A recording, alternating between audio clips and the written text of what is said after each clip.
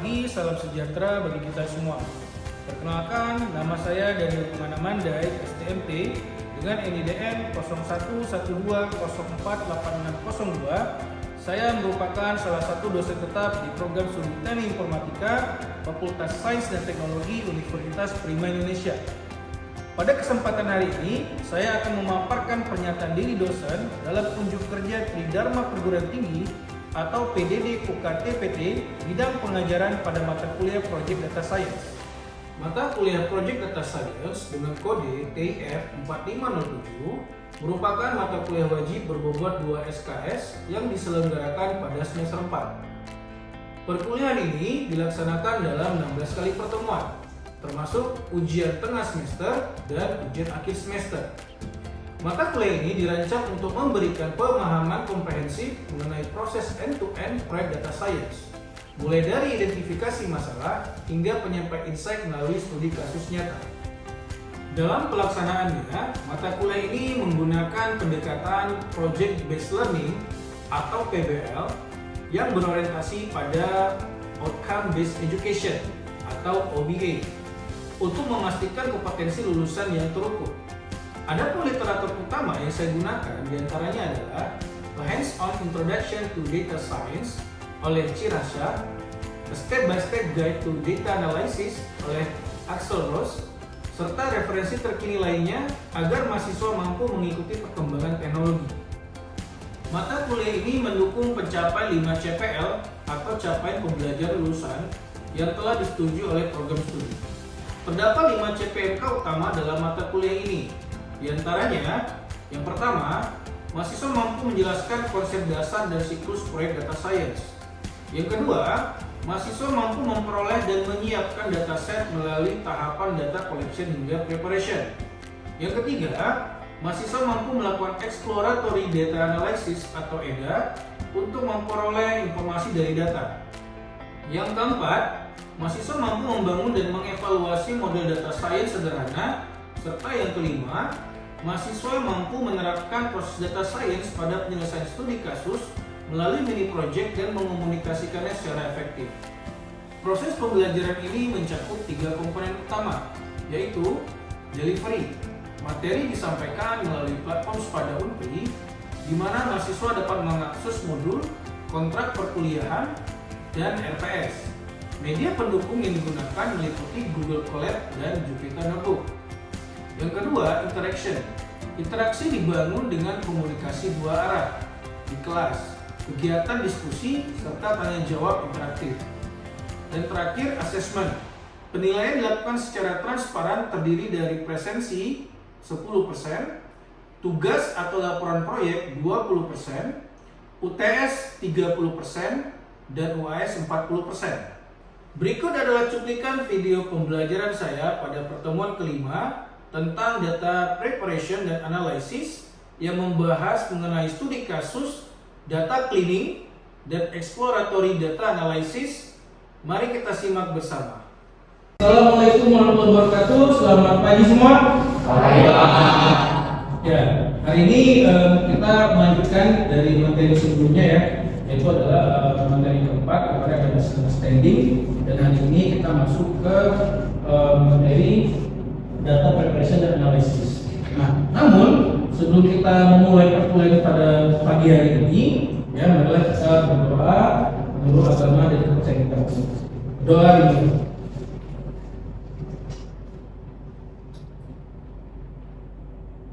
Doa selesai.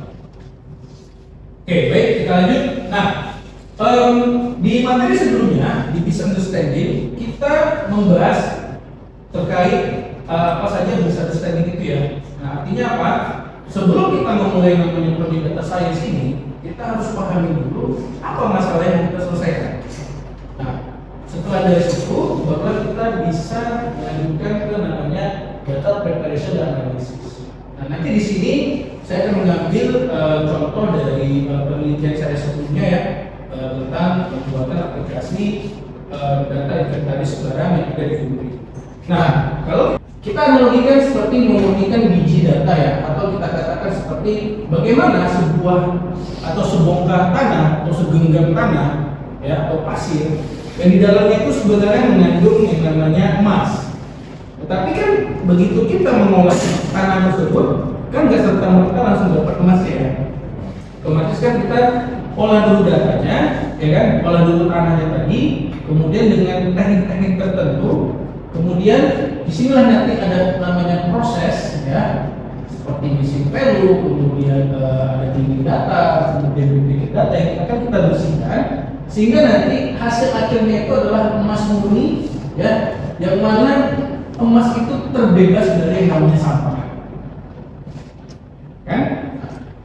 Kemudian tahap pemurnian untuk menghilangkan masalah mengganggu pemrosesan data inilah yang paling sangat penting, sehingga data yang dihasilkan itu adalah data yang benar-benar siap mau kita ekspor kembali.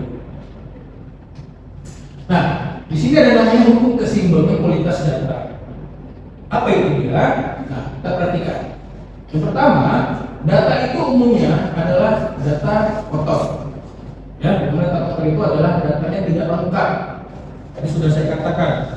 Katakan misalnya dalam 22 tahun, ya Putri melakukan banyak inventaris barang, ya kan? Itu pasti ada namanya kesalahan. Nah, kemudian apa? Ada yang namanya inkonsisten dan ada namanya data bergerak. Nah, sehingga kalau ini tetap kita proses, ya, menjadi ke dalam data science, otomatis pasti nilai akurasinya rendah. Kenapa? Dia tercampur. Ya, ibarat tadi emas. Ya, emas itu kalau kita tadi paksakan dalam kumpulan tanah tadi atau pasir tadi kita olah, dia itu nggak akan bisa yang namanya menghasilkan nilai akurasi tinggi dan sudah pasti nilai errornya juga tinggi. Maka untuk itulah kita melakukan yang namanya preparation data yang mana di situ nanti ada namanya proses data. Ya, nah sampai sekarang pun tidak ada algoritma yang benar-benar ya, yang bagus, yang dapat kita katakan misalnya datanya itu data sampah, dia bisa langsung memproses menjadi data pure. Artinya apa? Disinilah tugas kita sebagai data science, ya, untuk melakukan yang namanya apa? Cleaning data. Dan hal ini adalah merupakan kewajiban. Oke, nah apa-apa saja yang dikatakan data kotor dan kenapa dia harus dibersihkan? Ada kurang lebih 4 item ya. Yang pertama missing value. Ini tadi artinya ada atribut atau tuple yang kehilangan datanya. Bisa saja karena dirasa sama operator itu, oh datanya sudah di sini tersimpan. Dia tidak cross check lagi. Setelah nanti ditarik datanya, banyak yang kosong. Atau ada noisy data, kesalahan acak atau variasi ekstrem yang konsisten dalam satu atribut. Jadi bisa saja mungkin ya, ketika memasukkan, katakan misalnya komputer, ternyata labelnya komputer itu bukan di aksesoris misalnya. Masuknya apa? Ke peralatan kayu. Itu bisa saja terjadi. Nah, kemudian ada namanya outlier. Outlier ini adalah, katakanlah tadi misalnya saya menginput ya, operator menginput data kursi sebanyak 50. Ternyata kepencetnya nomornya tambah lagi, jadi 5.000. Artinya kan data tersebut udah di luar ambang batas ya. Kan nggak mungkin juga data satu kelas itu katakan misalnya harusnya disediakan 50 kursi, namun pada prosesnya di input itu adalah 5.000. Kemudian ada inkonsistensi dan atau duplicate. Nah, formatnya tidak seragam. Jadi katakan begitu kita menginput misalnya ada komputer, laptop, Asus misalnya, kita menginputnya lebih dari satu. Padahal sebenarnya itu cuma satu. Nah, jadi kan namanya duplicate data ya. Nah, selanjutnya apa? Yang pertama adalah kita lakukan yang namanya teknik mengatasi missing value. Nah, apa-apa saja dia? Yang pertama sekali adalah kita temukan data kosong ya, atau data yang bernilai atributnya kosong. Kemudian apa? Ada 2 hal yang bisa kita lakukan. Yang pertama itu adalah kita bisa mengabaikan tuple. Kenapa bisa kita abaikan tuple? Karena kalau misalnya datanya itu tidak lebih banyak dari katakan misalnya sampai ribuan data, kita bisa hilangkan. Ya. Tapi kalau misalnya datanya banyak di dalam satu satu file yang cukup banyak data itu, kita nggak akan bisa melakukan yang namanya menggunakan algoritma tuple. Selanjutnya adalah kita mengisi dengan tendensi sentral atau namanya imputasi. Yang mana itu adalah pertama kita cari rata-ratanya, kemudian kita cari medianya seperti apa. Nah, ketika kita mencari rata-rata, berarti kita cari namanya nilai tengah. Kan? Kemudian kalau misalnya median, berarti nilai yang condong mengarah ke yang lebih benar. Nanti akan dijelaskan di contoh. Nah, kemudian teknik kedua, kita menghaluskan mengisi dengan data begini. Ada 3 cara. Ya. Yang pertama itu adalah kita urutkan dulu sortingnya. Jadi kalau tadi di dalam atribut itu misalnya kita katakan aksesoris gitu ya, semua labelnya ya. Berarti apapun yang bercerita aksesoris itu kita urutkan dulu, kita rapikan ya. Lalu kita lakukan namanya pewadahan. Nah, di kategori mana nanti dia bisa masuk ke bin 1 atau ke bin 2 atau ke bin 3? Ini berdasarkan apa misalnya? Kalau kita bisa lihat di sini adalah berdasarkan kedekatan dari nilainya misalnya. Ya kan? Misalnya contoh, dalam sebuah ruangan ini harusnya kan tidak ada komputer visi ya misalnya. Karena apa? Ini ruangan teori. Ya, nah, makanya kita nanti kelompokkan dia berdasarkan ruangan pembelajaran teori. Ya berarti apa saja komponen-komponen yang termasuk di ruangan teori tersebut. Nah, nanti lain hal kalau nanti di ruang praktek ya, kita butuhkan komputer, maka akan kita kelompokkan. Nah, kemudian kita haluskan ya, di smoothing ya. Ya, kita apakan? Yang pertama adalah kita ganti nilai rata-ratanya dengan min ya, setiap binnya. Kemudian kita ganti dengan nilai tengah setiap binnya, dan kita kasih bagian. Nah, kemudian kita singkirkanlah yang namanya batu raksasa. Jadi kalau tadi kita punya tanah tadi ya, yang kerikil tadi, maka kita sisihkan yang batunya yang besar, yang memang bukan emas. Hal ini akan lebih memudahkan kita untuk mendapatkan emas putih lagi kan? Nah, kemudian apa? Tadi misalnya kita buat dalam bentuk grafik, atau nanti namanya teknik inverted range, dan ada namanya z-score. Nah, atau tahap keempat membasmi ilusi emas. Jadi ada inkonsistensi dan duplikasi. Jadi kita katakan misalnya datanya ini kotor tadi ya, seolah seperti emas padahal bukan gitu. Maka kita murnikan lagi. Dimana cara protokol pembersihan itu adalah dapat diperbaiki secara manual atau menggunakan tool spesifik. Kalau manual tadi kita input satu-satu misalnya ya, berdasarkan apa kategorinya, atau secara spesifik menggunakan tools ya, kita menggunakan ya, kita kan belajar Python ya, kita nanti akan mengolah atau memproses atau memilih datanya menggunakan input. Nah, artinya di sini apa?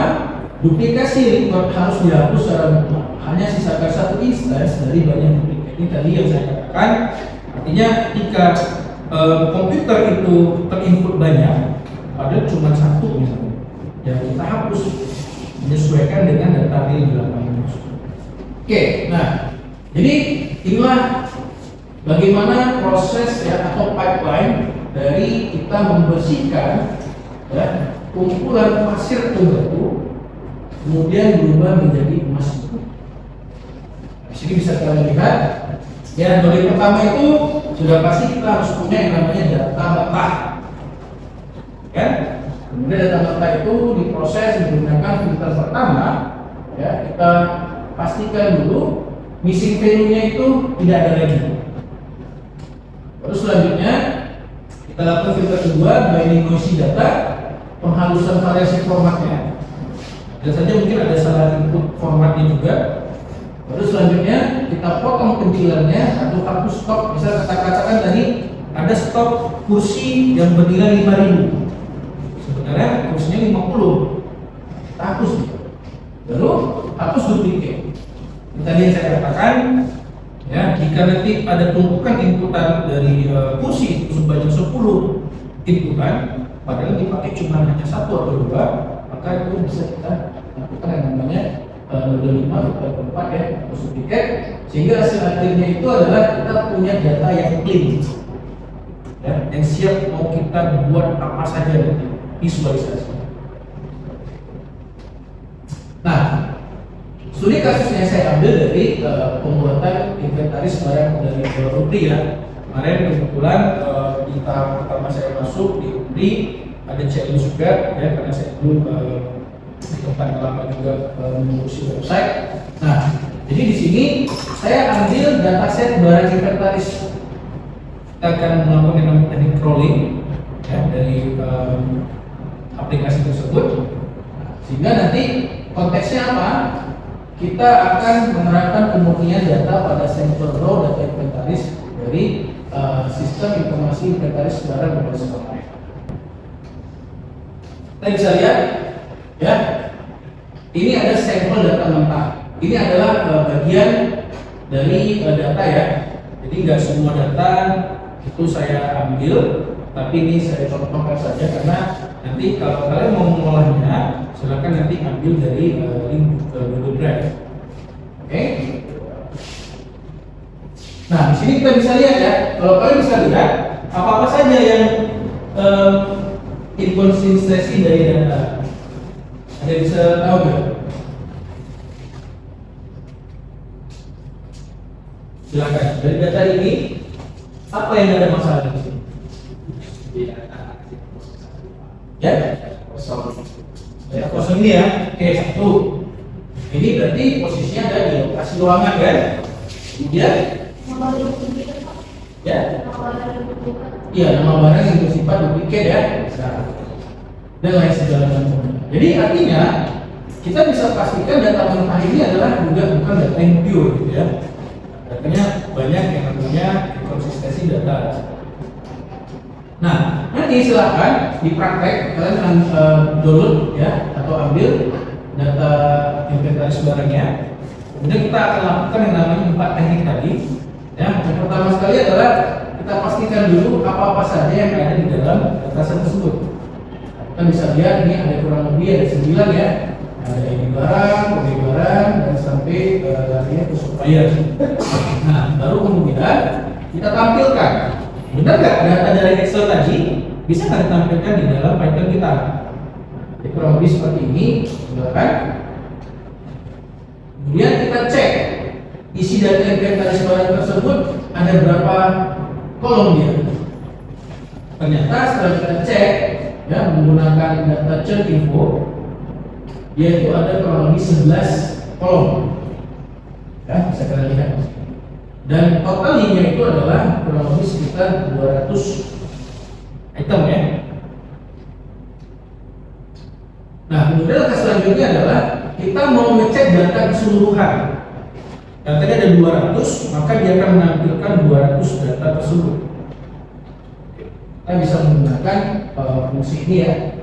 Silakan kalian coba praktekkan. Nah, visualisasi data inventarisnya adalah di sini saya mengambil langsung mengconnect 200 ya. Jadi ada 200 data. Nah, ternyata setelah kita tampilkan, ternyata data aksesoris itu ada 47 item. Sementara untuk networking 37 item dan yang paling banyak itu adalah kategori elektronik ya. Itu ada sekitar 116 item. Oke. Nah, selanjutnya yang kita lakukan adalah kita lihat. Kita tadi menemukan ada missing value di dalam data kita. Ini yang kita proses tadi. Nah, bagaimana cara memprosesnya? Nah, kita bisa lihat di sini ya, ada kurang lebih 4 highlight ya, saya katakan ya. Yang pertama itu ada lokasi ruangan yang punya kosong, kemudian yang punya double ya, itu ada lab computer ya. Kemudian ada kondisinya yang nggak tahu nih kita bagus atau enggak gitu.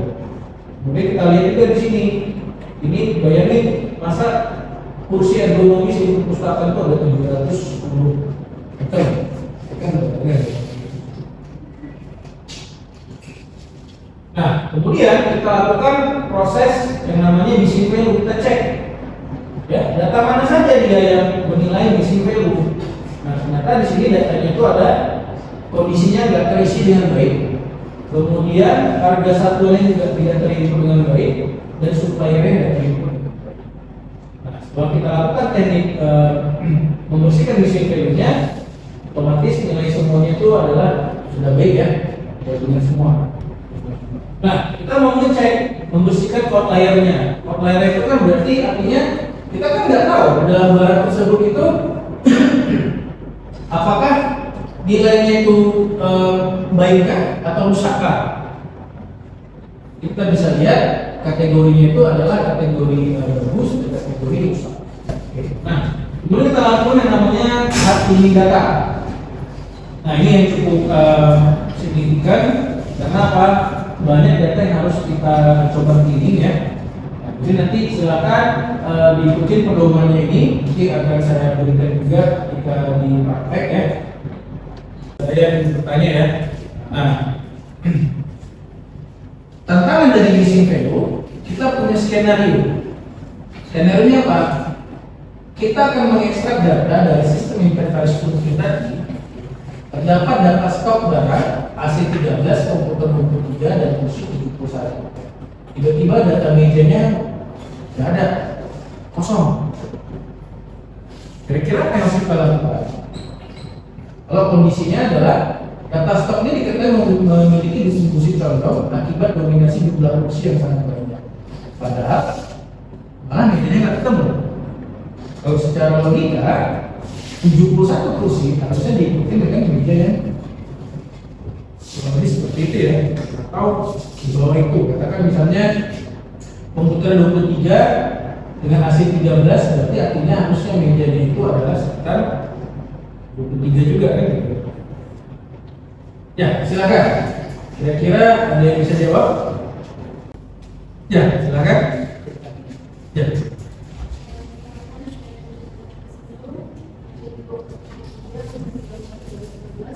Untuk mengatasi teknik yang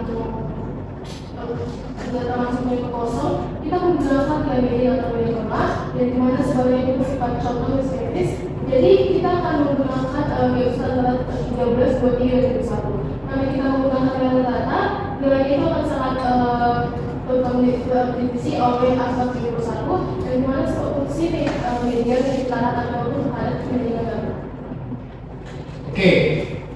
Gimana anggapan teman-temannya? Benar ya? Oke, kita bisa lihat ya. Nah, jadi kita ambil itu adalah nilai tengahnya ya.